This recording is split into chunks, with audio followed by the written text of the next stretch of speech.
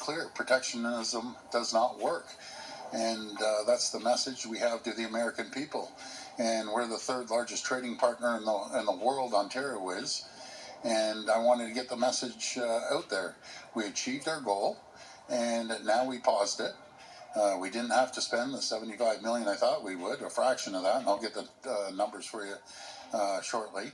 But what we did, we ended up with earned media of anywhere from 300 to 400 million people and impressions. We call them views for the people at home.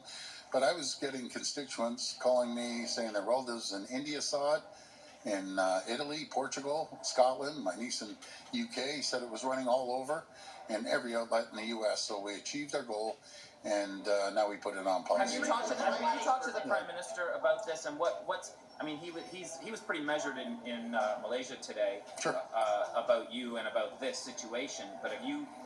How are relations with the Prime Minister? Are things strained now because of what's happened? Not at all. He saw the ad before I put it out. So did his chief of staff. They both saw it, and we moved forward on it. But again, we achieved our goal. As we say, mission accomplished. It was done.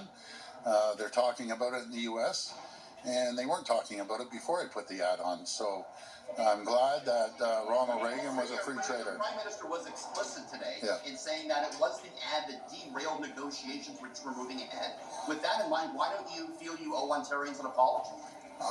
For sticking up for Ontarians, well, let's talk about a so-called imminent deal. I've been hearing this for month after month after month, and if there was no mention about auto. It's about steel. The Americans are gouging us on steel, 50% tariff. We're at 25%, but nothing to do with auto. I am focused on, and I love the steel workers. I talk to Ron Bedard, CEO, every second day at the FASCO, supporting him, Algoma, up in Sault Ste. Marie, protecting jobs. But I'm here. My job is to protect jobs here in Ontario. There's no mention whatsoever of auto. I feel like it slipped to the side. I'm going to fight for the auto workers, the steel workers, the manufacturing, and life science sector. All these sectors that President Trump wants to annihilate, not just our country, but in particular, he wants to take jobs from Ontario. That's what he's trying to do, and I'll keep fighting, and I'll never apologize for fighting for the hardworking people. Why did you decide to run the ads during the World Series, and do you think that made things even worse? Not at all. I think that's a good impact. Again, we had over 1 billion impressions. We achieved our goal, and our goal is to make sure that we get a fair deal. Not a one-sided Donald Trump deal, but a fair deal for the people of Ontario and Canada. And I'm focused on auto. There's no mention of auto anywhere. We've seen what's happening. I'm fighting for the people down in Windsor, up in Brampton, over in Oshawa, up in Cambridge. Any area that has auto, it's my job to protect those people's employment. That's what I'm doing. Did you talk to the Prime Minister about your approach of leaving the ad on for the World Series and then pulling it today? Was he supportive of that, if so? No, I'm not going to get into personal conversations that we had. He knew I was running it. I said it very clearly to everyone. I'm going to pause it on Monday, which we have. We have achieved our goal, and now let's get back to the table and sit down and have that conversation on how we're going to protect auto jobs here in Ontario. You referenced in the House that this was taking months and months. Yes. Are you frustrated with how long it's taking, and do you feel cut out from...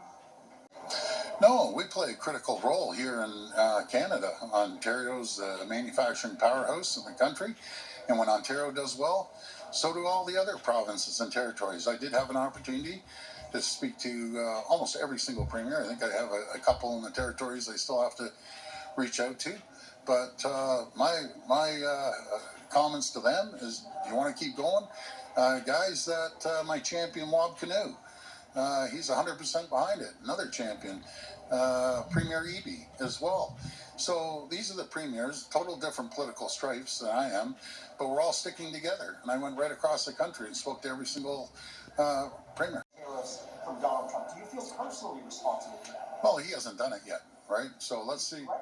I know he's threatened a lot, but we'll see what comes down the road. But what we want to make sure that the American people realize, as they said on Fox News the other night, they said, oh, there's 10%. They said, yeah, that's a 10% tax on Americans. I loved when I heard that. It is. Any tariff on Canada is a tax on Americans.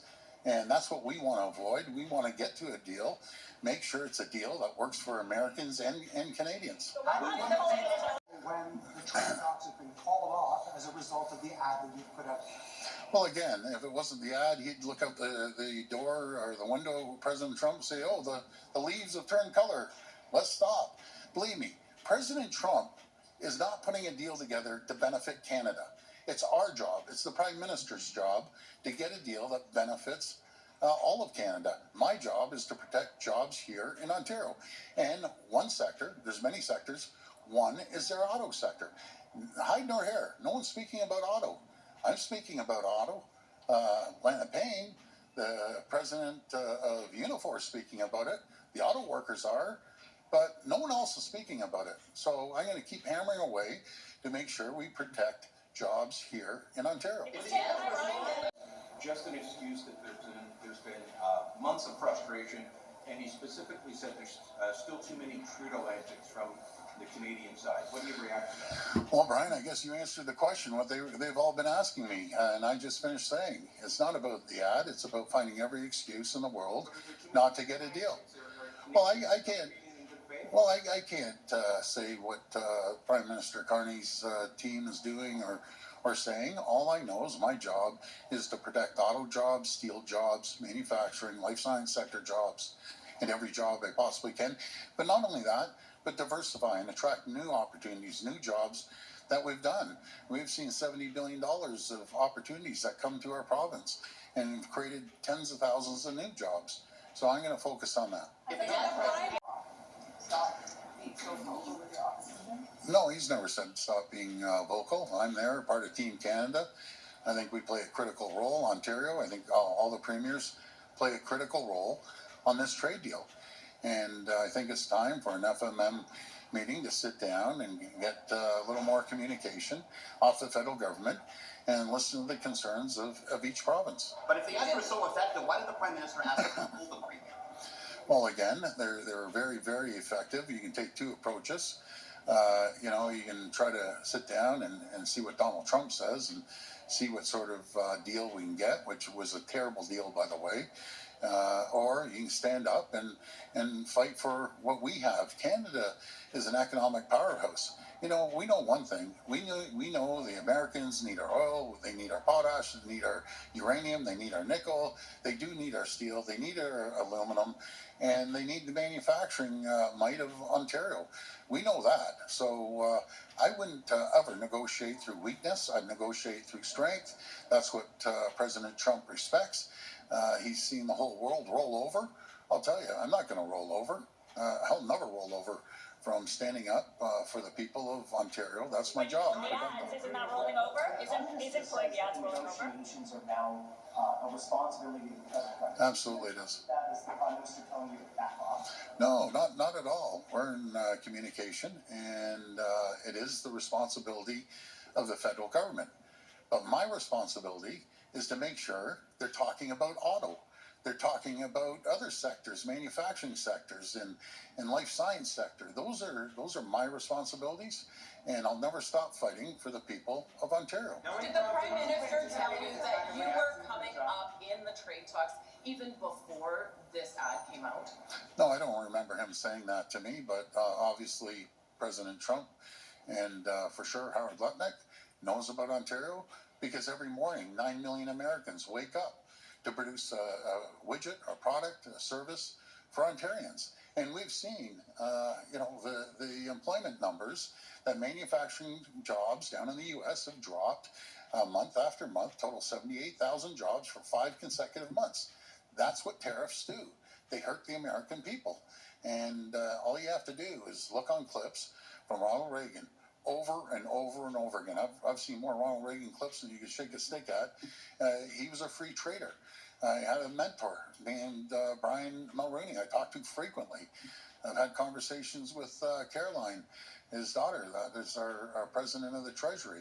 And I'll tell you one thing, President Reagan was anything but loving tariffs, as Donald Trump said. He loved tariffs. He hated tariffs, by the way. And all you have to do is look at the clips. When you see the Reagan Republicans standing up for non-tariffs against the MAGA group, there's a split now in the Republican Party. And when Democrats, Reagan Democrats are standing up, there's a split. So the best ad that ever ran. Are you like misrepresented his words? I'm sorry, guys. More ads. You're gonna not do more. Well, let's buy. We said we were going to pause it. We have achieved our goal beyond our wildest dreams. By the way, I never thought in a million. Richard, I'll get back to you, but it was a lot less because we were going to run ads all the way through February. Now we put it on pause. But did we get our money worth? Oh my goodness, did we get our money's Any worth? Republican senators or governors told you that they, to Brian's point, that they liked the ad? I mean, we know the Democrats liked the ad. Yeah, absolutely, they liked But it. any Republicans privately telling you? No, I haven't talked to them, but I'll tell you what they have told me. They totally disagree with the president. All three levels. I talked to senators, congresspeople, and governors. They all told me they totally disagree, but they're too scared of President Trump. When was the last time a Republican governor was scared of a Republican president?